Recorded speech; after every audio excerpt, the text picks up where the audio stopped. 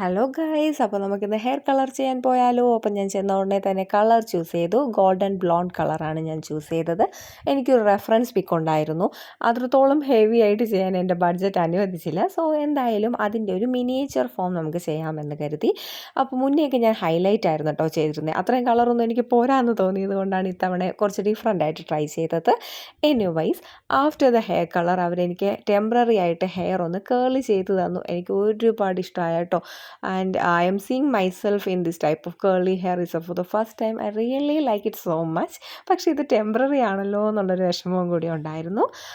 അപ്പോൾ ഇവിടെ ഞാൻ ചൂസ് ചെയ്തത് ഗോൾഡൻ ബ്ലോണ്ട് കളറാണ്. ഇത് വിത്തൗട്ട് ബ്ലീച്ചിങ് ആണ് ഈ ഒരു കളർ ഷെയ്ഡ് വരുന്നത്. കുറച്ചും കൂടി കഴിയുമ്പോൾ കുറച്ചും കൂടി ലൈറ്റ് ആവുമെന്ന് പറഞ്ഞു. എനിവേസ്, എനിക്ക് ഫൈനൽ ലുക്ക് ഒരുപാട് ഇഷ്ടമായി. നിങ്ങളുടെ ഒപ്പീനിയൻ കമൻറ്റ് ചെയ്യുക. ഞാനിത് ചെയ്തത് Kazhakoottam Gokulam bridal makeover സ്റ്റുഡിയോയിലാണ്. അപ്പോൾ ടാറ്റാ, ബൈ ബൈ.